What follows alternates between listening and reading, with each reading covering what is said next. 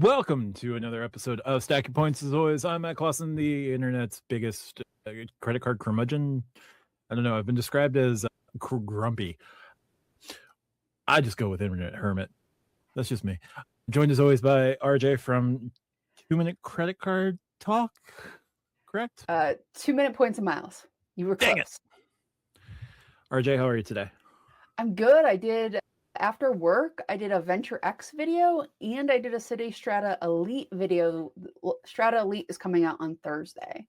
So I'm very excited about that. I just did a TikTok where I just threw everything up. I have no delusions that will go well, but I figured I'm making the videos that are the right length, so I might as well throw them up there. So yeah.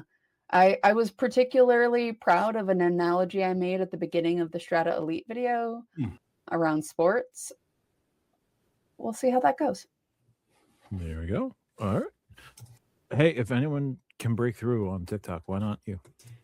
So I was just going through the notes for the episode. We're also joined by Lonnie from the Call Me Lonnie YouTube channel. Lonnie, how are you today? I am exhausted on this holiday, Monday, that we're recording this. When there's no school, it's full-time husband, full-time father, and not a lot of time for myself. So yeah, I am pretty exhausted, but I'm here and I'm happy about it. And I also will not allow this episode to be a full Bilt episode, Matt. Look, we got time. We'll do something. You and I will do something for our channels and throw it up for the members on Stack Your Points. Like we could go a while on Bilt, I'm sure. I'm just saying, letting all the people know, this episode is not a full Bilt episode. It could be, but it will not be. Matt and I did a live on Thursday that was basically all Bilt. So you can always go check that out for our more immediate reactions. That was Thursday, so about 24 hours after the Bilt news dropped. We do have a topic and a half that we'll touch on Bilt, but it's a relatively late Bilt episode, all things considered. I haven't even put my 2 cents out on Bilt yet anywhere on this thing we call the internet. So I got some things to say. I did post your Lonnie Predicts video to see if you were right. That went up. That has done, and you were the oracle of Stack Your Points. I was not 100%, but I was definitely in the A- territory. You were in the ballpark. Yeah. For sure. Yes, we're not going to dedicate the entire episode to Bilt. Lonnie, you and I can discuss in another format, but that's fine. All right, with topics. RJ, we'll do your topic first. So I asked the chat today, I did a poll feature, and I asked a bunch of questions, exactly the same question, but for a bunch of banks. And the question was, compared to 12 months ago, how do you feel about insert banks here direction? And I worded it that way specifically. How do you feel about the bank's direction, right? Not how do you feel about them today, but how do you feel about them compared to 12 months ago, how they're going, right? I want to go through a couple of these and then I want to get your reactions from the both of you. Amex, 37% said better, 58% said the same, 5% said worse. Bilt, 21% better, which I thought was interesting, 14% the same, 64% worse. Citi, 78% better, 22% the same, 0% worse. Chase, 2% better, 16% the same, 81% worse. I feel like the CSR is weighing real heavy on people right there. So that's how you really feel, folks. Cap One, 5% better, 72% the same, 23% worse. US Bank, 0% better, 10% the same, 90% worst. And then Wells, 28% better, 63% the same, 9% worse. I don't think these are that far off. I was surprised by some of the numbers. Really, Amex, Cap One, and Wells, everybody is roughly equal to where they were about a year ago. And then you have Bilt Chase and US Bank really took some hits there. And then Citi landed the plane, as Matt would say, on AA and gets the benefit from that. Nuclear planes are cool. They are. Lonnie, I'm not going to make you go through each and every one because I know you don't care about Capital One. So I'm not going to ask you to do that. I'm not that. Still goals. I'm not that.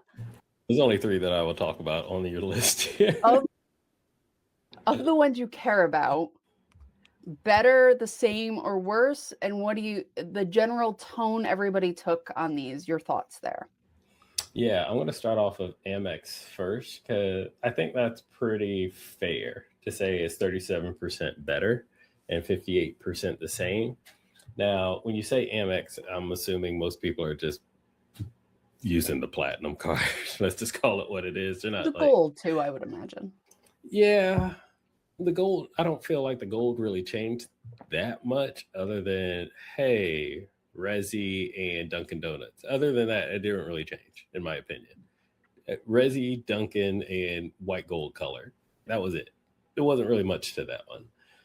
And then not too many other cards had really too much of an impact on the Amex side.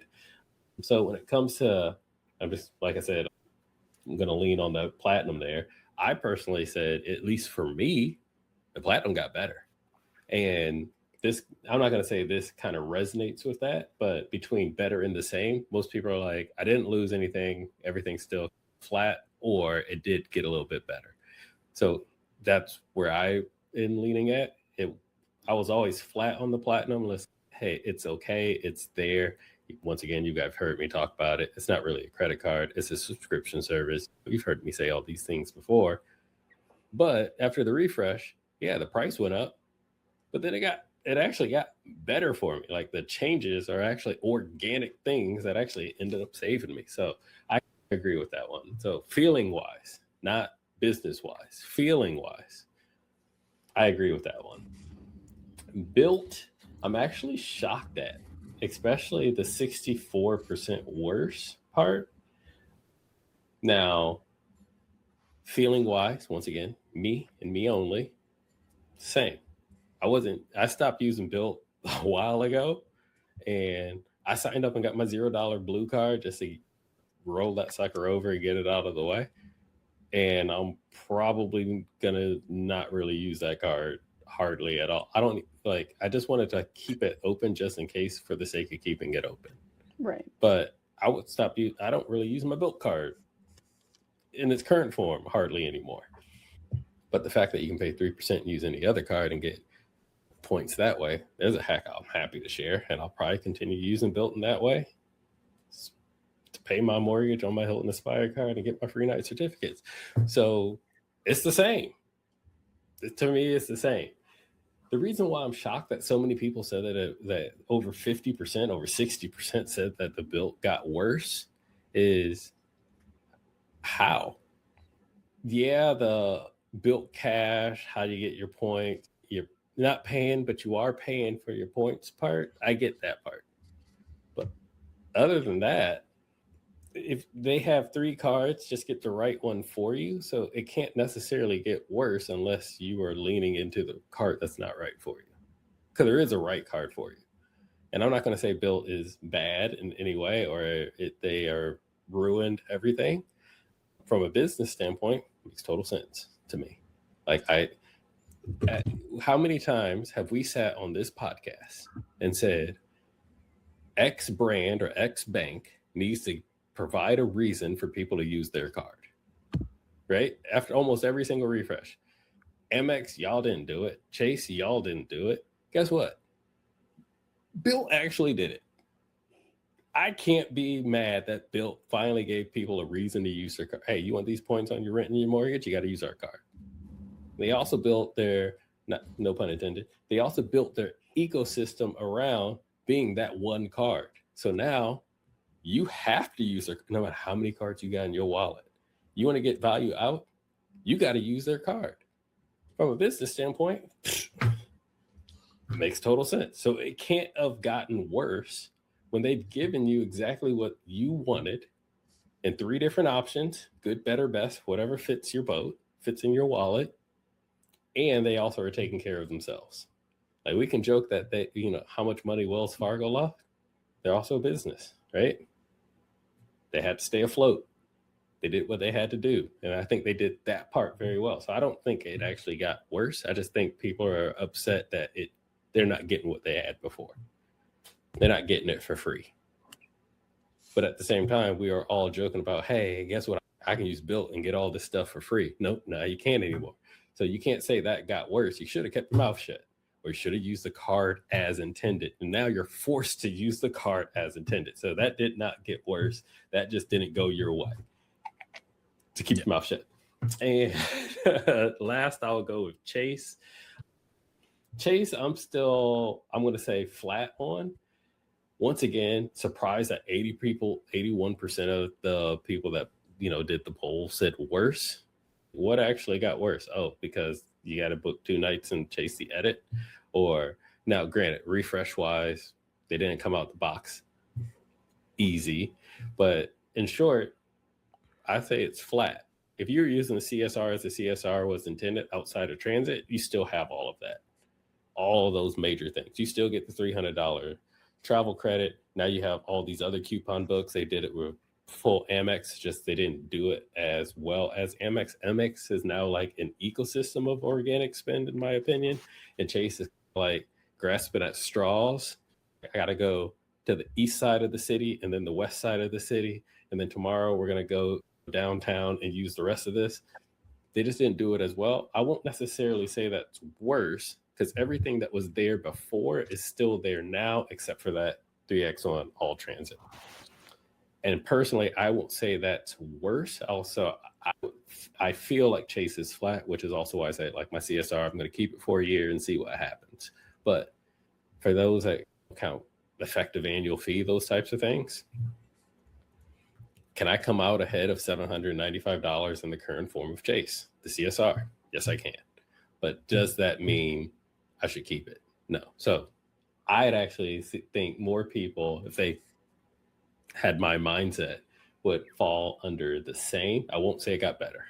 The 2% there is accurate. I won't say it, but I think a lot of that worse should have actually fell into the same. Stayed flat, if you will. And all these other ones, Citi, Cap One, US Bank, Wells, I don't touch them. I don't use them. I don't care about them. They're not in my purview. They're not in my rearview mirror. They're not in front of me either. So I'm not even going to touch on those because I don't pay attention enough, because they don't affect me on a day-to-day basis. But for those 3, don't 100% agree with Bilt. Don't 100% agree with Chase. I agree with the Amex. Okay.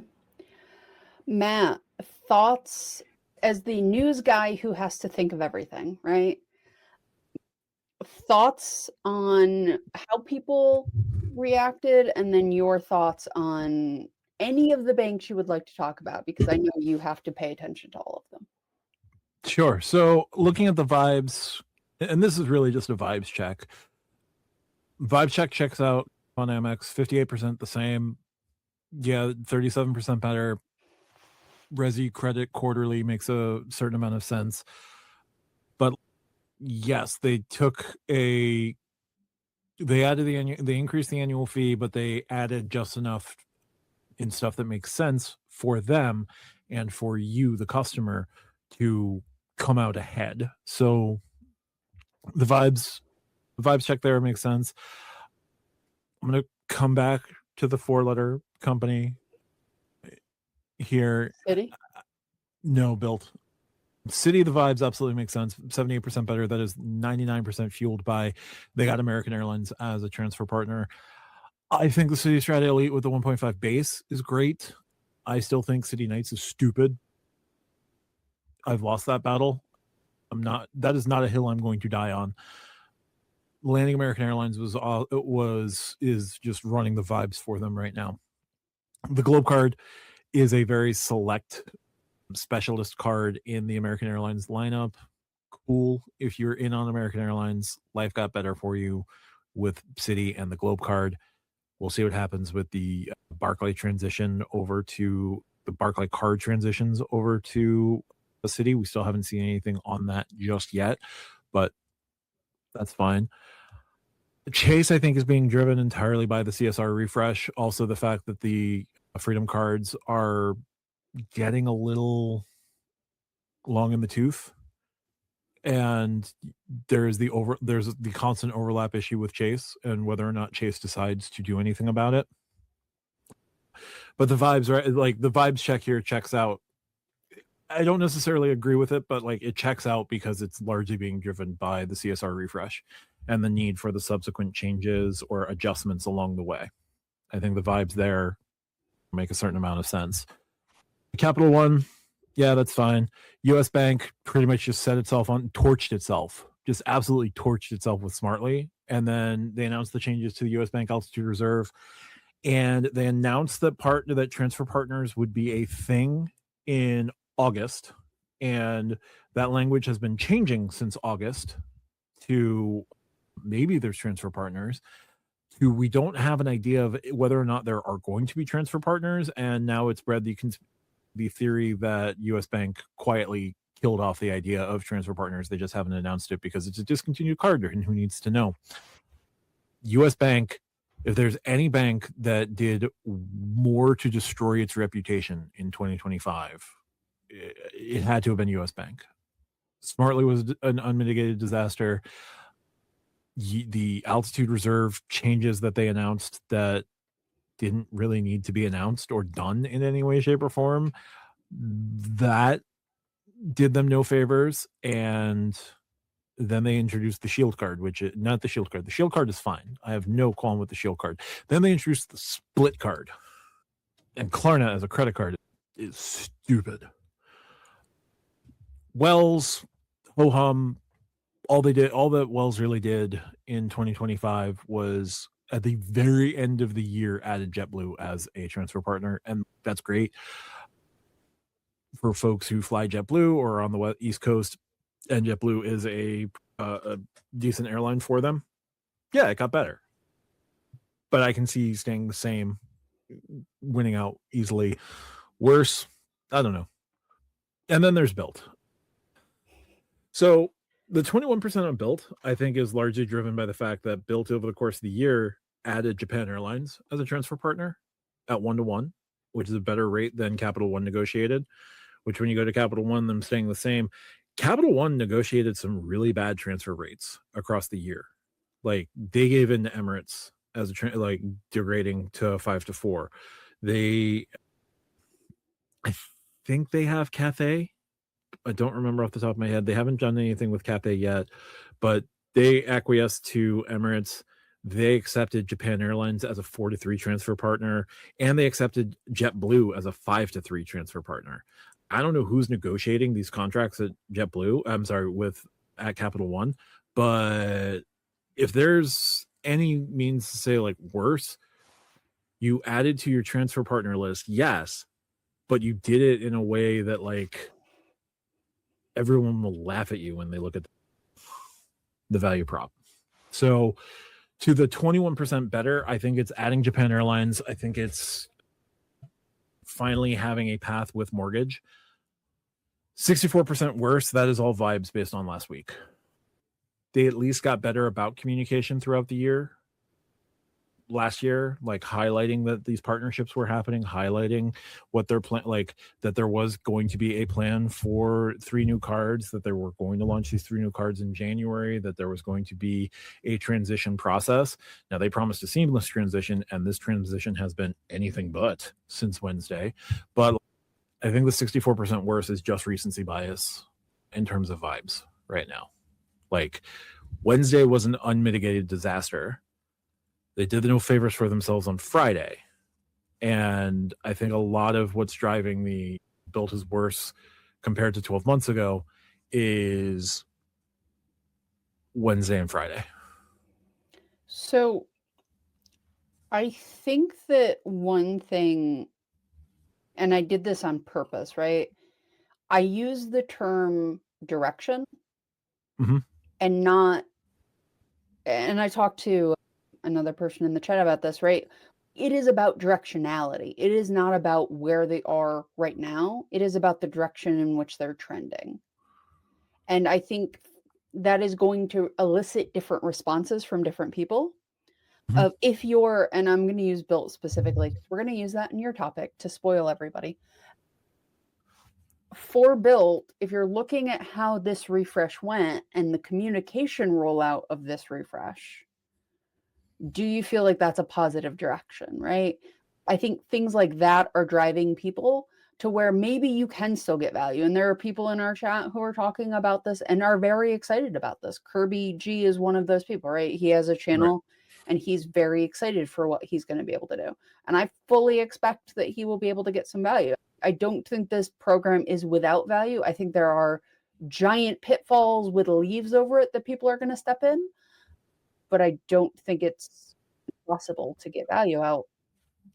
But I think the directionality this company is going, it is not wrong of people to assume that after a year, Reddit should not be your primary communication device, or Instagram or X or whatever, right? Like those being your primary communication is probably not good at this point, right? In 2026, you launch a card, Amex was not going to Reddit to explain what that card actually does, right? In the CSR was a disaster when it launched for some people. Chase was not, Jamie Dimon was not on the Reddit thread for the Chase Sapphire explaining it to people, right? Like he was not posting memes about like how he was the savior of the normies, right? Those are things that I think if you're looking at the direction of Bilt, it might be trending negative to you, even if you take the program's high points out, right? Because directionality, and that is what and again, Matt, you said it's a vibe check, and I think that's right. The vibes of how it's trending, I think, are a problem from they haven't learned their lesson yet. And if you haven't learned your lesson, I don't think you can stay necessarily the same. I think you have to trend down simply because you got to act like you've been here before, and they have not acted at any moment. They have now. You can buy a clove of silver bananas, of 4 silver bananas in their shop. I think, like I saw that. I'm assuming it's real because that is a very Bilt thing to put out. But Yeah.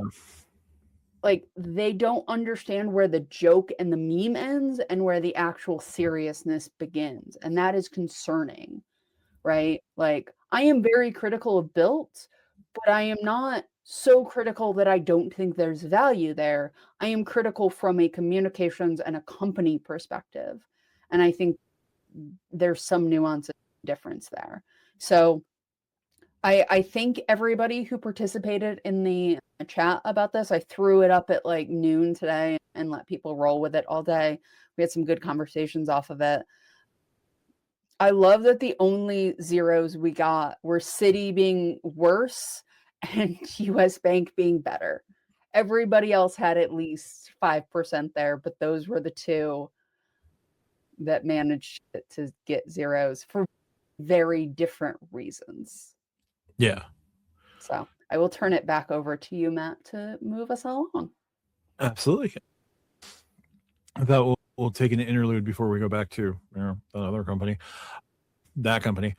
Lonnie, your topic.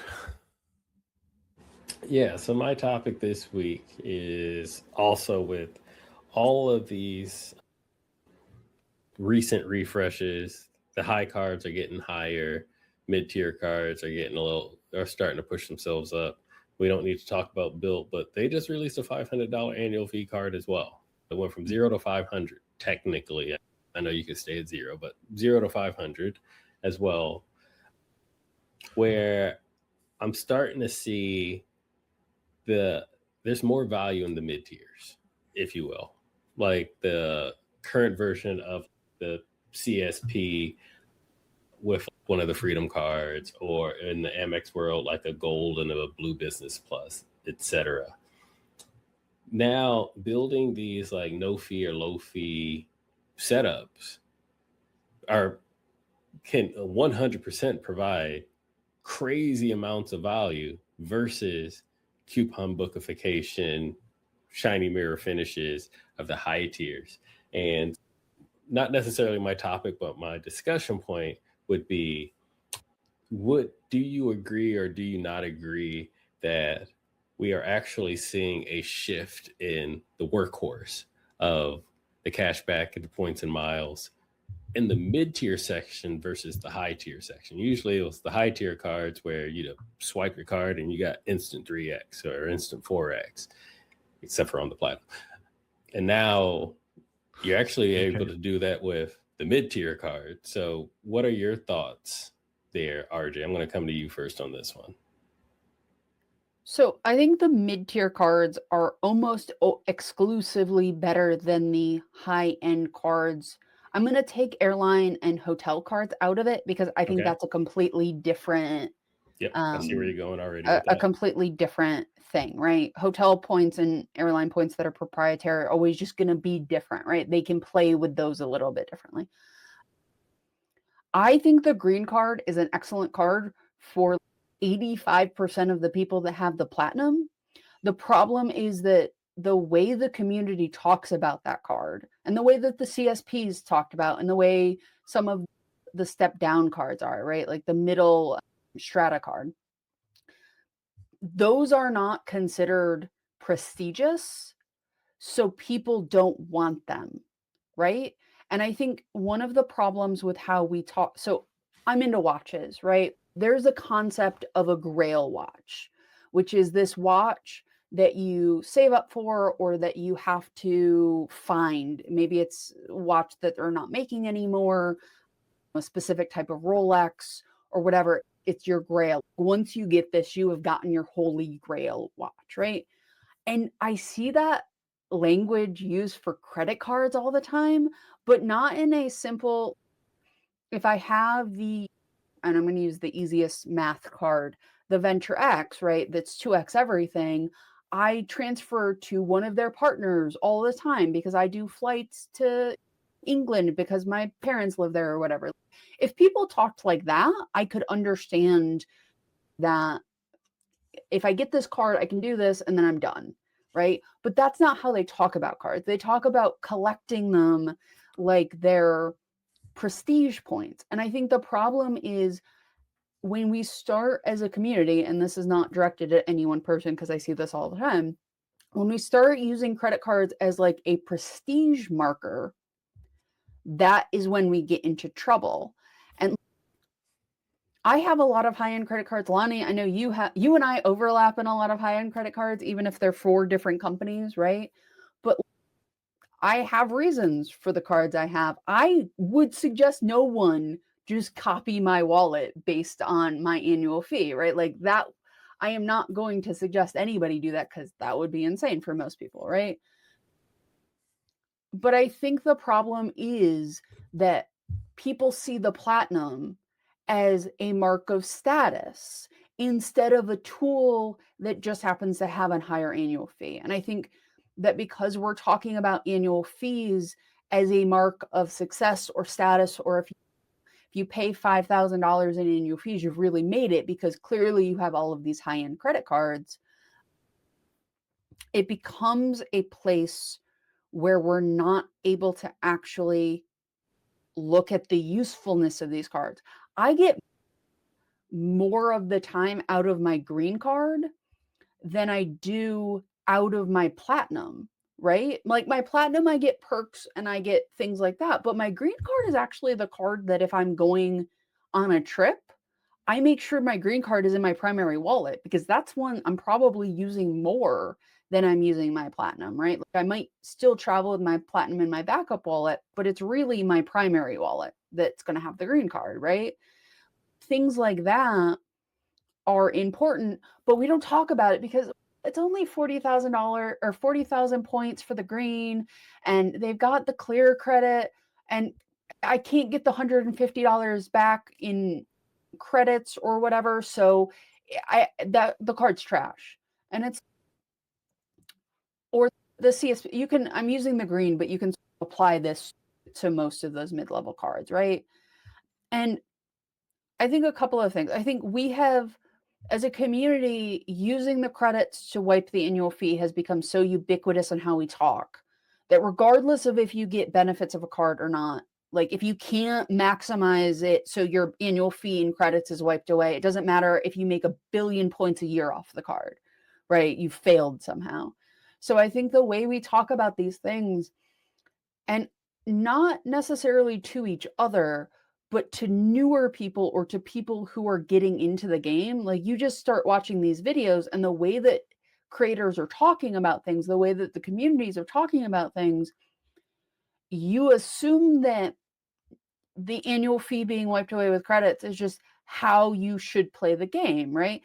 If you don't, and this is a separate conversation from the getting people into debt, but if that's all that people are saying, then you're going to assume that's, quote, how you play the game. But the CSP is a $95 annual fee card. It's got some perks on it. It's got a $50 hotel credit. Like, if you never use that $50 hotel credit, but you've, quote, made, say, 100,000 points, and again, I'm just throwing out numbers, like, you've made 100,000 points off of $95. Like, I am not a points buyer, but even that math checks out, right? $95 for 100,000. That's pretty good. And I feel like the way we talk about these cards in the middle doesn't highlight how powerful they are because they're not prestigious.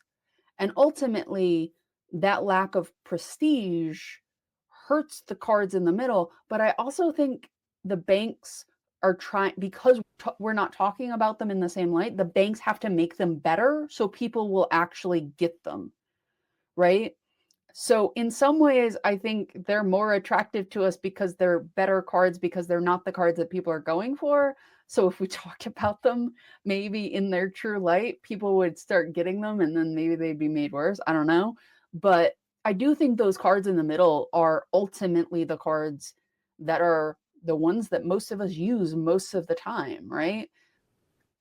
Yeah, when I book a flight, I might use my platinum, but I take a lot of trips where I'm not flying, or I take a lot of trips where I'm booking through Delta Stays or Delta Vacations where I can't use my platinum. It's not going to code correctly. So I either have to use my Delta card or my green card. So there's a lot of prestige chasing in the community where, like, we all joke about the person who drops their platinum card for one exit dinner, but there's a lot of that going on in the community that is basically the same. We just don't call it out because we all do it in one form or another. A little bit over a week ago, I was in Las Vegas for the CES, the Consumer Electronics Show conference. It was a work trip. Not afraid to admit it, but I was talking to a founder and CEO of a very large smart home brand. I'm not going to put their business or his name or anything out there, but it's one of those things like, hey, I want to buy this for my house to make it a smart home. It's one of those, it's a brand that you would probably go first, and if not first, second, like very large, right? And now he's starting another company. And so I was having lunch with him. And the thing is that I decided I was going to pay for the lunch. Like, I wanted to do that because, one, I knew that it wasn't going to come out of my pocket because it's a work trip. I could say, hey, I'm talking to this business, submit the expense. The reason why I'm bringing all that up, that's just a background context, is because out of all the cars that I have, and this is something that we had laughed about at the table, is I threw my Freedom Flex on the table. My $0 annual free Freedom Flex on the table when they're like, yo, that's your card? And I'm like, I got other cards, but this one is giving me 7x at restaurants and dining right now. This is like free points for me after I expense the thing. And he was like, oh yeah, that makes total sense. I would have never even thought about that.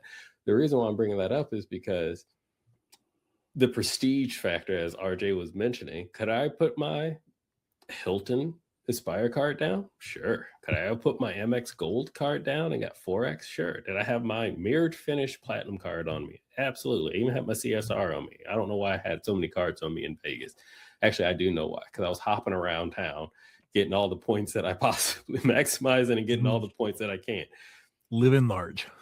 I was getting like 1 PQP at minimum per taxi ride with my Purple Quest card. Like, I was cleaning up.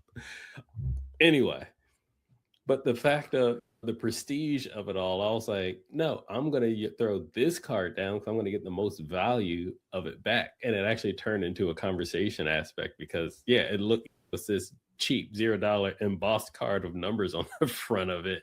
And I'm literally sitting next to this dude that had companies acquired for millions, maybe even billions of dollars. And so there's this prestige sum, but I could care less because I want these points because I have a life to live outside of work. But it just made me chuckle, RJ, how you were mentioning that. And some people don't care and some people don't realize, if you will. And then you got people like me that's like, this sucker's giving me 7x right now. So this lunch is going on this sucker. I'm getting all that I can. Anyway, fun tangent story. Matt, mid-tiers, how you feeling? What are your thoughts?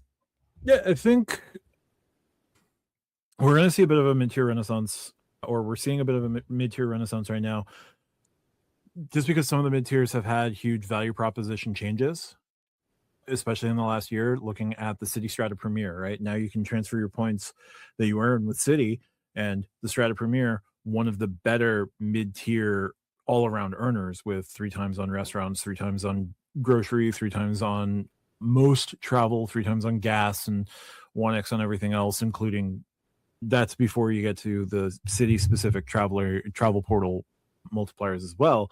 Like, you can earn all that every day, and those are everyday expenses for folks. Like, maybe gas isn't every single day, but gas is like once or twice, depending on what sort of vehicle you have. That can be once a week, that can be twice a week, depending on how often you're driving and how crummy your fuel economy is. But these are everyday type categories on that card, and now you can transfer those points out to American Airlines, and that is hugely valuable for a lot of folks. Or American Airlines are some of the most valuable airline miles in the game. The value proposition changed a ton, and you compare that with the double cash and have just a really strong setup that is powered by 2 cards with annual fees well below $500. You can do a bunch of things. I think, like, the one complaint with Chase is always that, like, the Sapphire Preferred and the Freedom cards just feel long in the tooth. And that is the biggest thing. And the other big thing with Chase, obviously, is the dining multiplier overlap, where every card is 3x dining as a base. Like, when the Freedom Flex gets a rotating category boost of dining, it goes up to 7x. But 75% of the time, at least, it is a 3x dining card, where the Freedom Unlimited is the 3x dining card. The Sapphire Preferred is 3x dining. The Sapphire Reserve is 3x dining as well. It's all 3x dining. And so that becomes a problem for folks. Like, the Chase setup is so overlap heavy that it becomes a complaint for folks, right? Where, like, the Freedom Unlimited has to do a whole bunch of extra lifting at 1.5, and it doesn't get any help anywhere else for gas or grocery or other categories that are important to folks. Like, if Chase found a way to do like a 3x discount store or 3x on wholesale clubs, like, everybody would love the Freedom Unlimited if it had 3x wholesale. And even on the no annual fee cards, those also have 3x overlap on drugstores. There's, for a setup that is supposed to be complimentary, it is anything but, right? If you turn your attention to Wells Fargo, like, you can do pretty well at low and no annual fee generating points on everyday spend.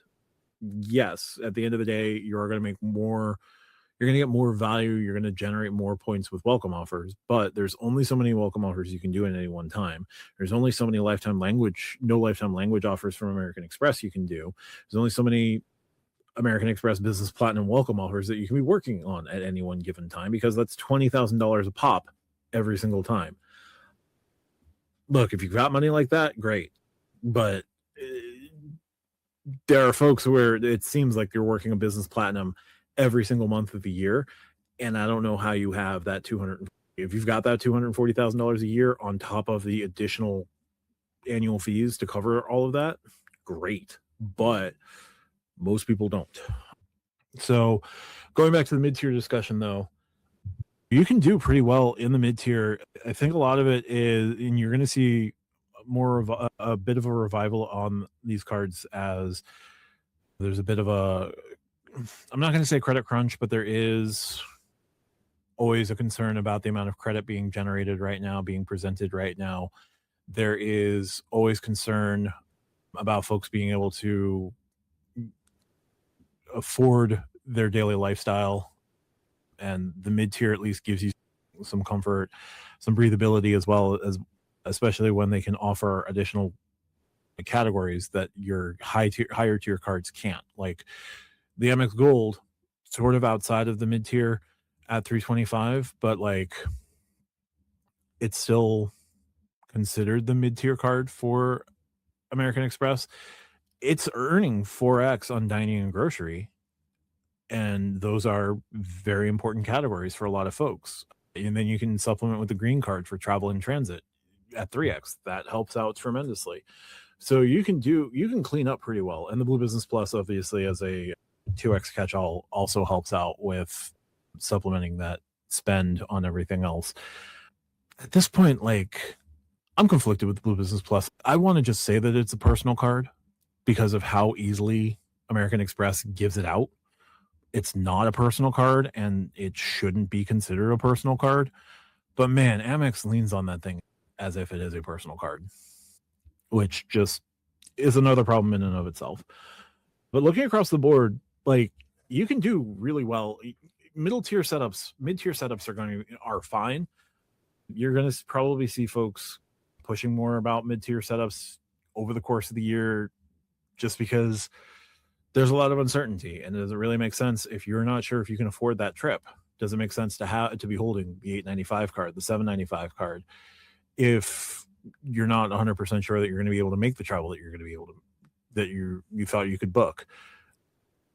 Can you, instead of a big trip to Hawaii, is it looking more like a staycation somewhere, and like trying to ramp up that staycation? Or is it looking like, instead of a trip to Hawaii, budgeting down and going to Hilton Head, or going to Myrtle Beach, or going to Daytona, or places that are still vacations, obviously, but they're not the grand vacation that you had in mind at the beginning of the year? We'll just have to see as life continues to bear down on us, because life is a waking nightmare.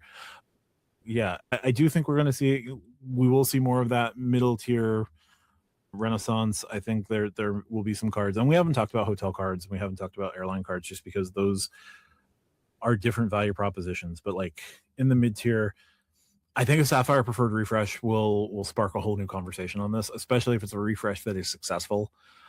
And I do think a green card refresh that adds like gas would be huge in this discussion, because then it can power a lot of what you do in a day-to-day, where that's your gas travel card, your gold card you got for dining and groceries, and the green card can do 60% of what the platinum can do in terms of travel, in terms of like overall travel experience.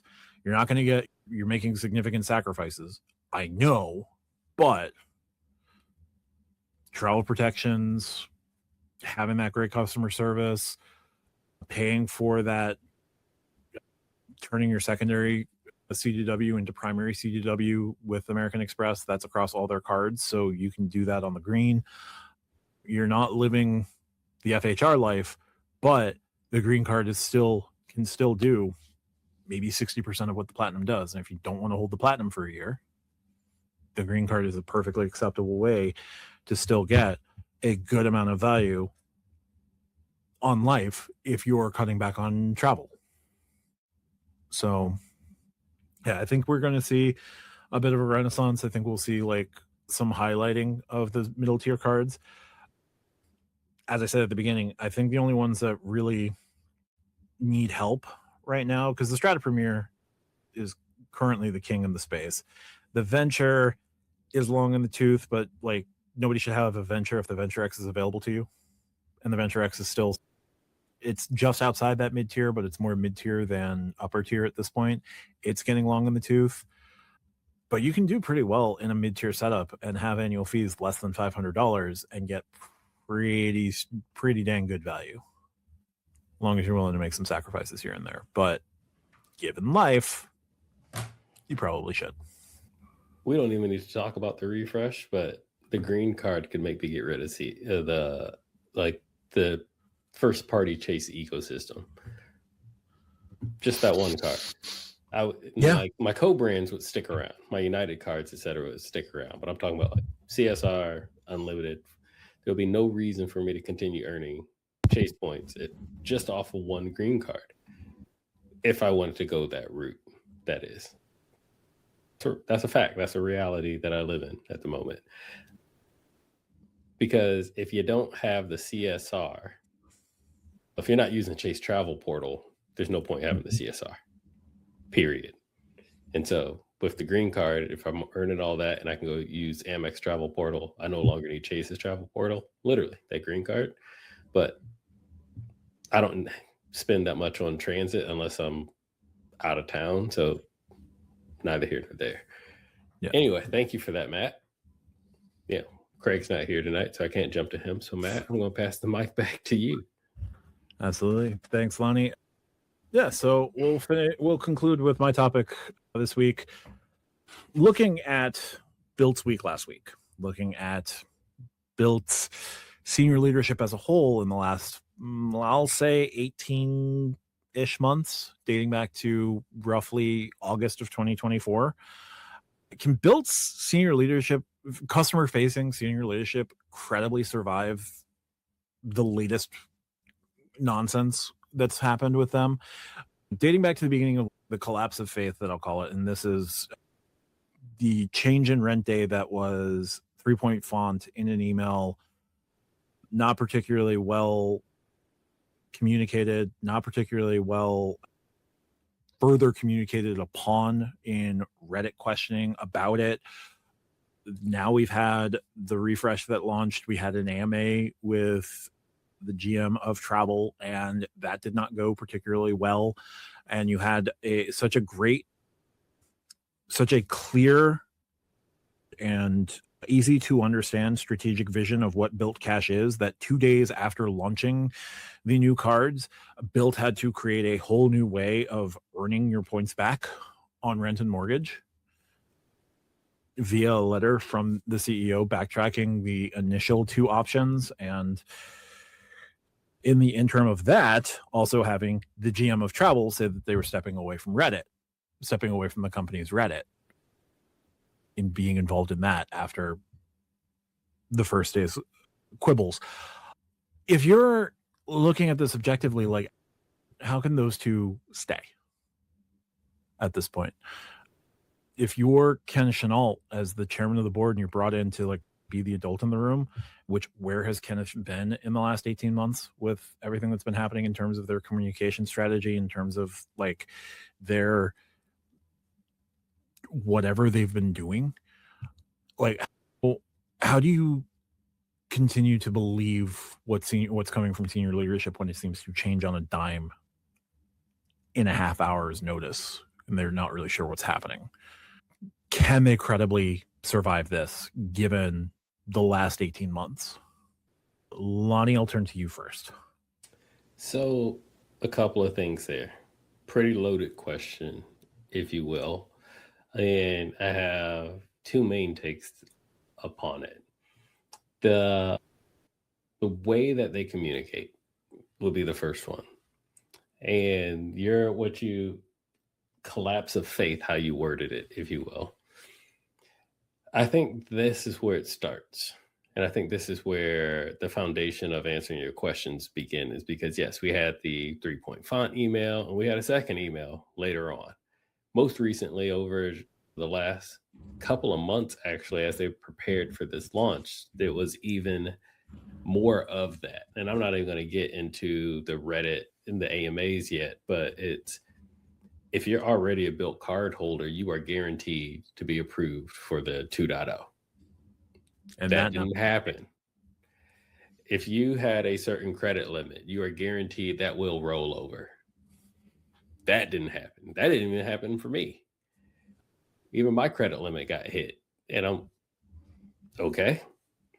Now let's get to some of the AMA, the Reddit stuff. I see that as spin room. If you're familiar with journalism in any way, shape, or form, spin room is usually after something happens. They are the people on that side of the fence trying to explain what you saw or what you heard. You see it with politics all the time. And I'm not getting into a political debate or talking about politics or anything in this current form, but there's a political debate, Senate debate, presidential debate, whatever. And it's like the second that sucker is over, there are people that support said candidate that are like, this is what they meant when they said that, right? That's how I'm looking at those AMAs and those Reddit things of, hey, we're putting this information out, and then boom, they go do this, and this is what we mean when we said that. As RJ had mentioned earlier, not the best form of communication. I know, Matt, you've said it a million times. Reddit is not your customer service forum. Right. It's not. It's a public forum, kind of technically, but it shouldn't be your business forum.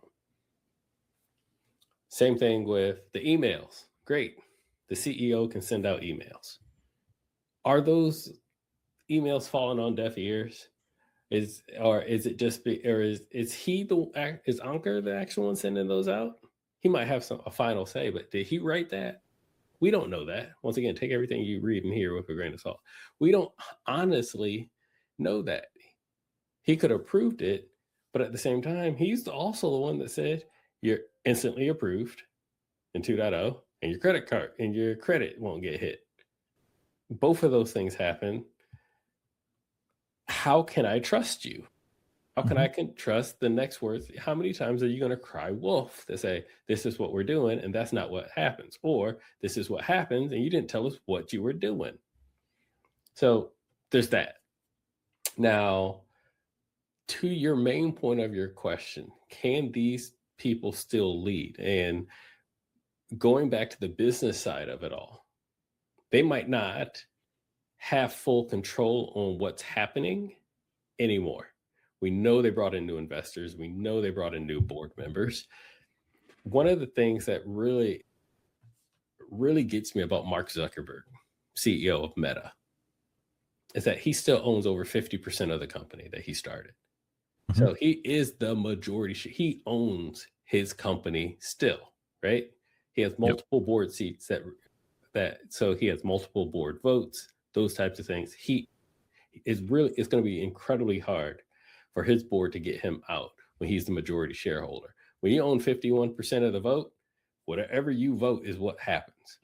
Mark Zuckerberg is in a very prime position. I've always respected him for that, how he's leading his company, no matter if it's going in the right direction or the wrong direction, how he's actually managing his own business, which is his prerogative. Let's say it like that. And that part with that is his prerogative. I can't guarantee that Ankar still has 51% of Bilt.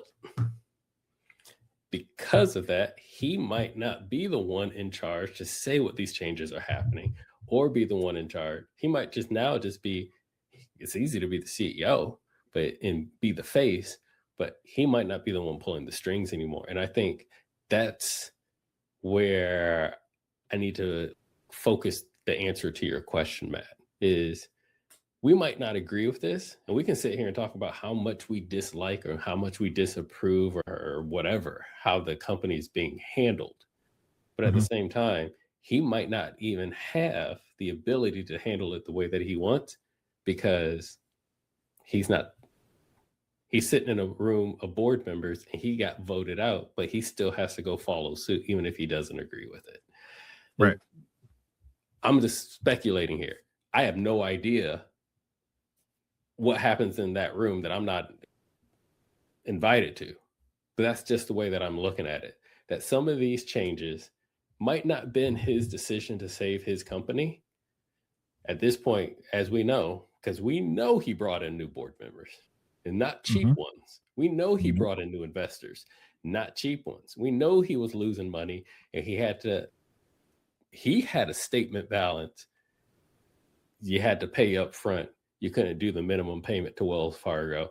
So someone else might have that control, or a group of people in that particular room may have more control to say, here's what's happening next, no matter if he agrees with it or not. And then that's just a trickle effect that ends up that falls down on us as cardholders, as his consumers. So ultimately, to answer your question, can they survive this collapse of faith? I've said it before. It takes forever to earn someone's trust, but you can earn betrayal in a heartbeat. Yeah. A lie will go halfway around the world before the truth can put its shoes on. So, unfortunately, trust is the main thing. If they lose that trust, my answer is no. No, they cannot. Now, I'm not going to say they are failing and on the chopping block whatsoever. That's not what I'm saying. Well, no, obviously. If the misinformation continues and the customer sentiment keeps declining, no, they can't survive. There was even an email out today to certain folks who applied and may have gotten declined, or applied and weren't offered a similar credit line. And like, it was an email from Anchor to card members explicitly stating, we're going to be doing a manual review process because we recognize that you're somebody who may have been declined or didn't get the card option that made sense, that should have made sense for you with a 700 plus credit score, blah, blah, blah. We're going to be doing a manual review. My first question on that, because I've seen a couple of instances of this email being floated around, is Bilt doing the manual review, or is Cardless doing the manual review, or is it Column Bank doing the manual review? Because we know it's not. We don't know. Yeah, it's obviously not Wells. Which, again, every chance I get now going forward, like, y'all owe Wells an apology. Because Wells made that fee-free thing look like it was legit. Because they were paying the fee for you. Yeah, I'm curious to see, because there was the rent day, this Friday, today, interim things that were leading people to question. Like, folks have lost a lot of trust in Bilt. And I don't know, like, I used to put it as the 3 pillars of the company, and RJ, I'll get your thoughts in just a second. Sorry. I used to put it as the 3 pillars of the company, where there was the cards, there was the program, and there was the company. The company is still continuing to falter. The cards, 2 of the 3 cards make sense to a certain extent, with or without Bilt Cash, and Bilt Cash doesn't make any sense. And then there's the program. The program is still like the only thing holding this ship up, in my opinion, right now. Because, yeah. RJ, your thoughts here? So I know you asked about senior leadership as a whole, but I think it's important to talk about Encore separate from everybody else, right? I don't think, even if, and I agree with Lonnie, right? Like, at a certain point, if you lose control of your board, then it doesn't matter what you think anymore. But you also typically aren't going to remove the face of a thing if that face can be sympathetic.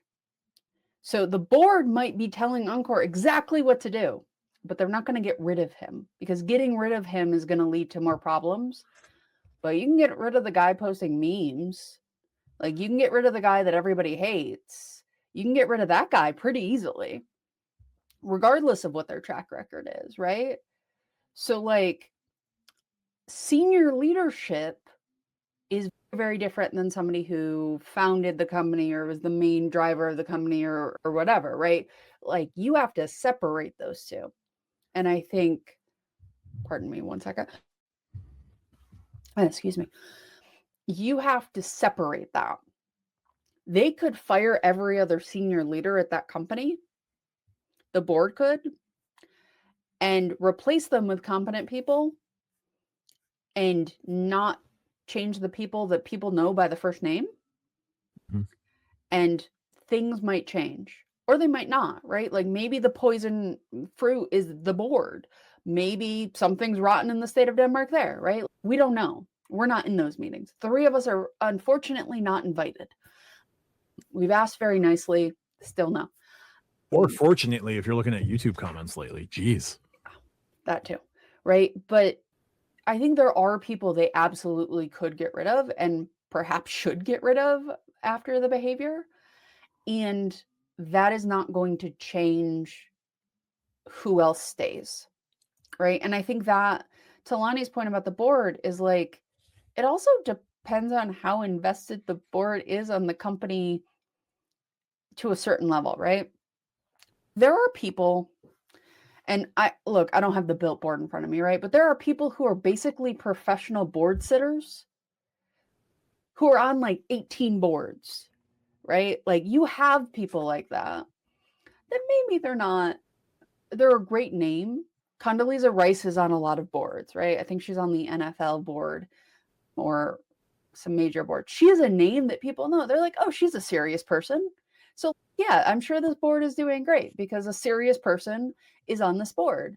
I'm sure there are names that, oh, that's a serious person. I'm sure they're doing, and they might have been to one board meeting, right? And again, I don't have Bilt's board in front of me, right?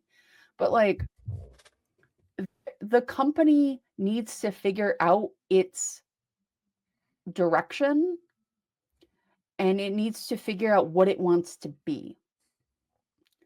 And the problem is seeing how Bilt came out and seeing what they've done, like the fact that they've already said, yeah, we don't have to do Bilt Cash. That is not a thing you do after you announce what the program is going to be. That's a thing you workshop in focus groups months before this thing launches, right? Chase had it happen, but like Jamie Dimon probably was in some of the meetings. Jamie Dimon was not in all of the meetings because Jamie Dimon has like private reserve clients to deal with that are far more important than if people are pissed off about the CSR. Right. Right. 4 people have the entire net worth of what they bring in annual fees for the CSR in a year.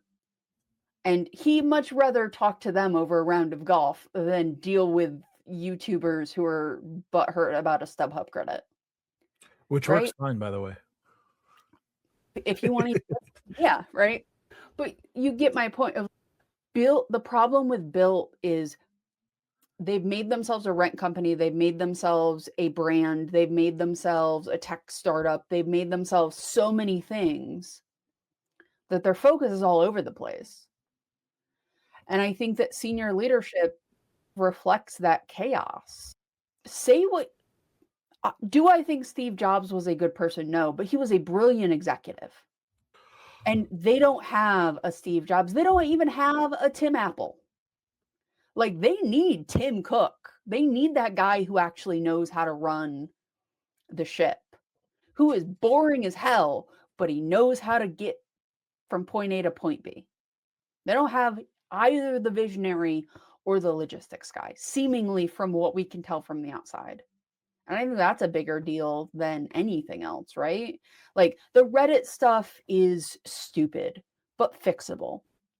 The people posting memes is stupid, but fixable.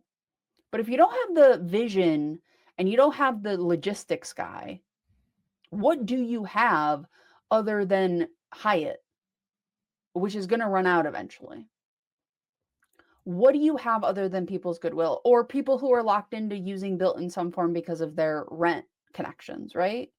Like they're now in a Bilt building, so they have to, right? Tariq is in a building with Bilt, so he's got to deal with them whether he wants to or not. Yeah. Right. This company is the product, the company, and the community are so at odds with each other that they're eating their own lunch. Like they're not even, it's not even like another company has announced this, right? It's not like Wells Fargo says, if you have a Wells Fargo mortgage, we'll give you 1x back on your whatever, right? That would shake some things up. Chase has a lot of mortgages. They could do it. Like Amex doesn't, but Amex doesn't need to. They'll do another round of no lifetime language offers. Everybody will forget their gripes and life will go on. Right? Every bank has a lever that does mortgages as well to flip that switch if they wanted to. They haven't. I think they're trying to figure out, like, it's the oddity of figuring out what Bilt actually is. At the end of the day, Bilt's a rent company. Yeah. That is masquerading as 7 other people in trench coats. They're basically raccoons. Like, they are the chaos of a raccoon. Yeah, they're a rewards company that focuses on rent, or now primarily a rent company that just happens to have a rewards program associated with it. Steve Jobs is an interesting pull because the Steve as CEO that we know of, who was the maverick and like, we're doing it my way or no way at all, he was always there, but he had to go out into the wilderness after getting fired from Apple the first time. He did. And like, he came back, he wasn't necessarily better, but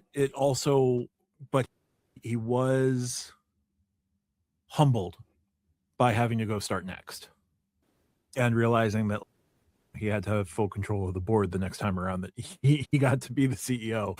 But he's an interesting one to say, just because I don't think that they're at this moment. They're at the moment of firing Steve at his birthday dinner.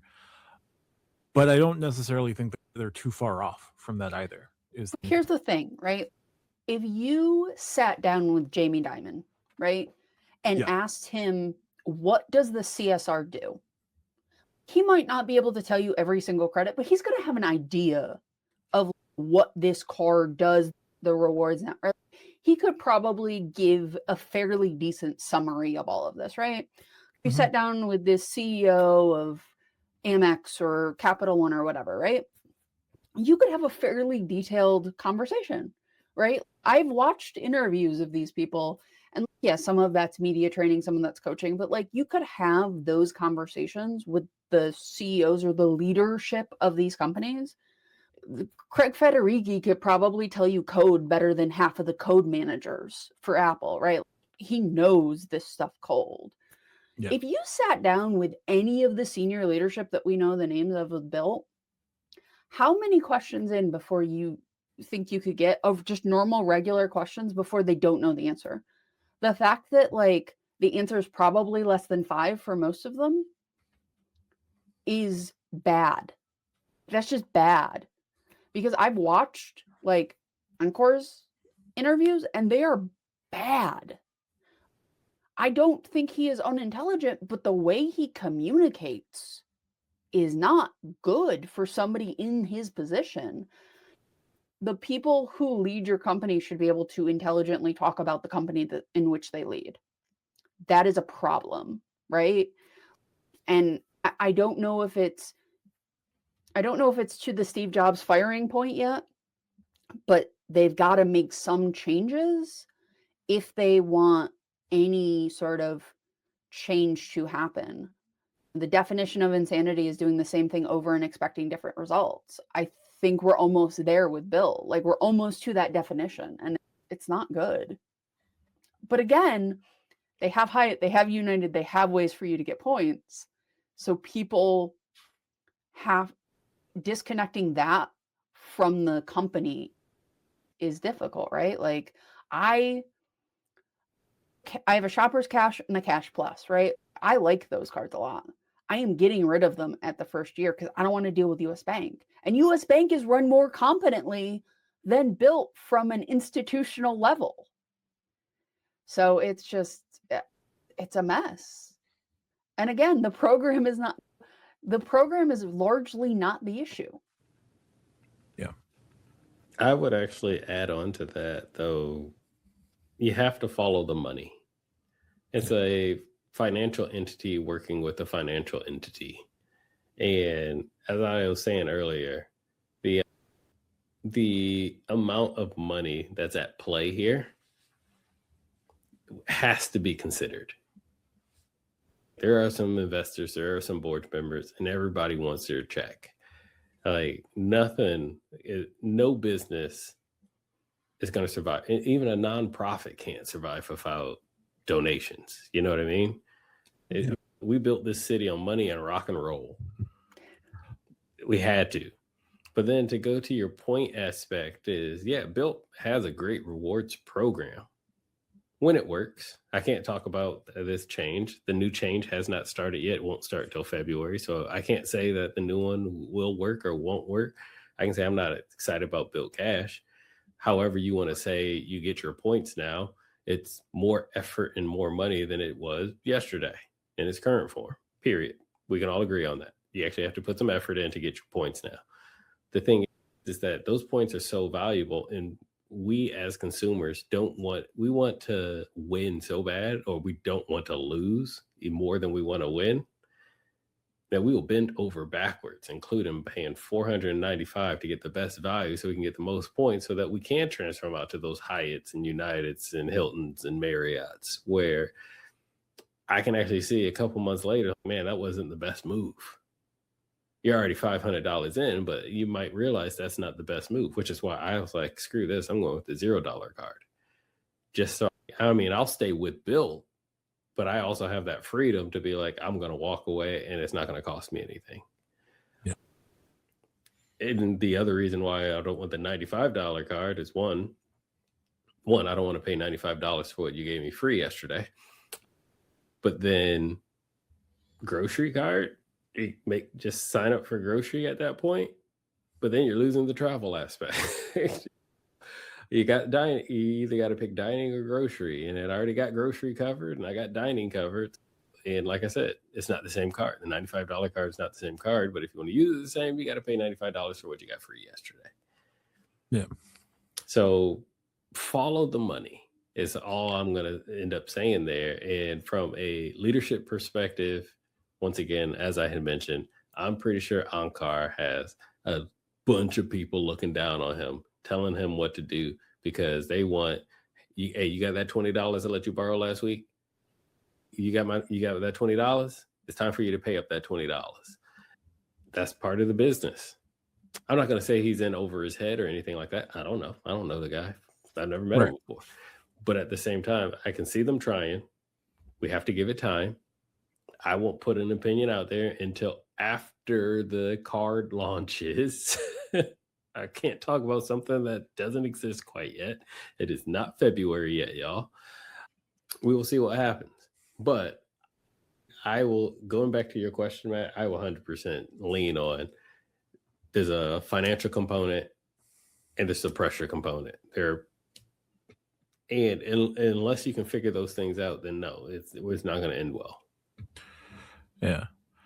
Most interesting, we saw the card launches last week, and I'm sure that this wasn't the appropriate venue for it, but like United Wholesale Mortgages put in $100 million in the last round of investments. After it was mentioned that it doesn't matter what mortgage you're using, you'll get points on your mortgage. Like, what's going on with United Wholesale Mortgages?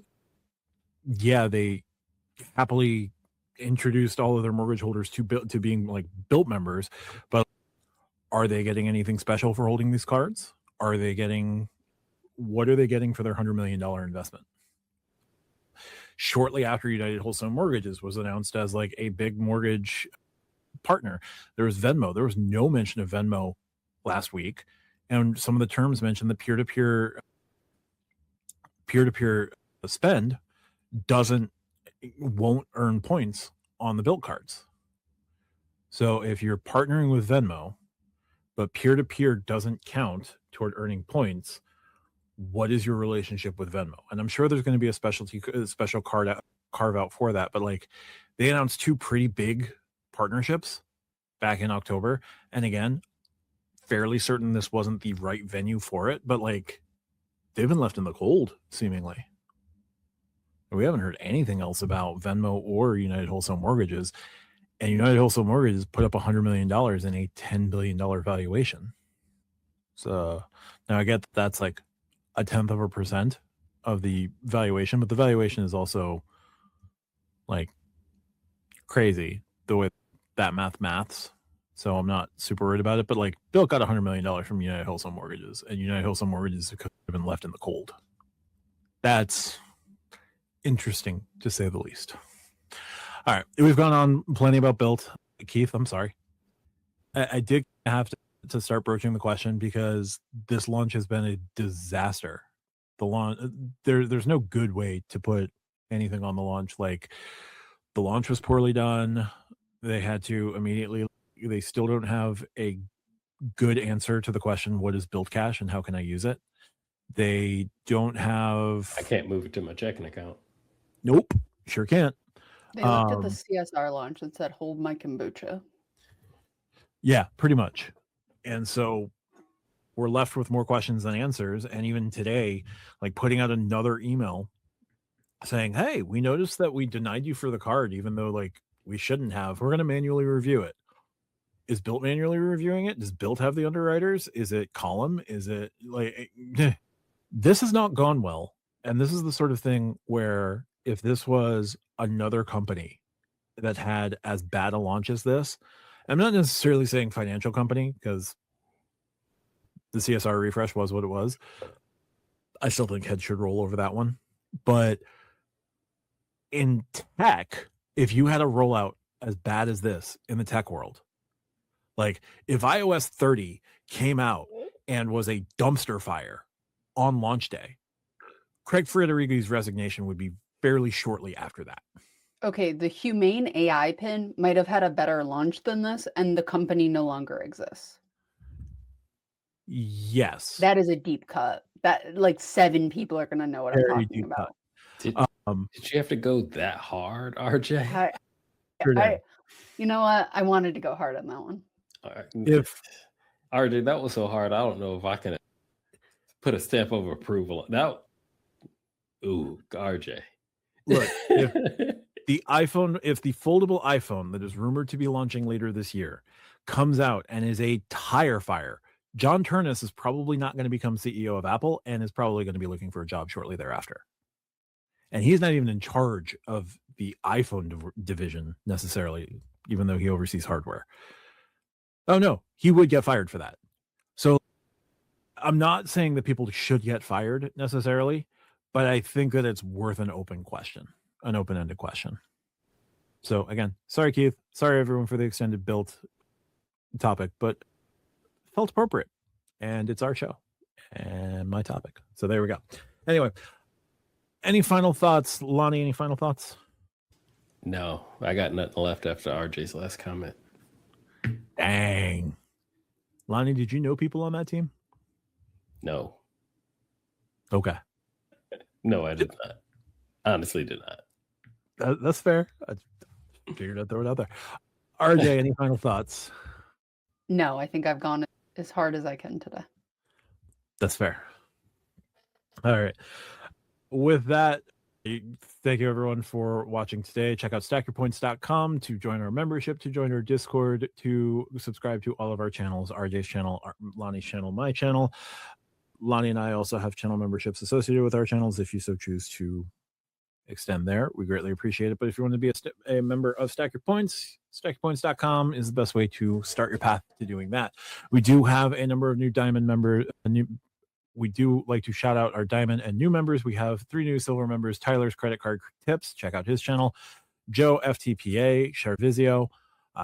Diamond members are Rupert Pond, Rygrex Hunter, Mitch 528, Keith, who was watching the stream earlier tonight, Double Animal Fries, and Jason YT46. We greatly appreciate your continued patronage. Thank you so much for supporting the channel. We will see you Thursday for the live and next week as always. Thanks for watching. Talk to you guys soon.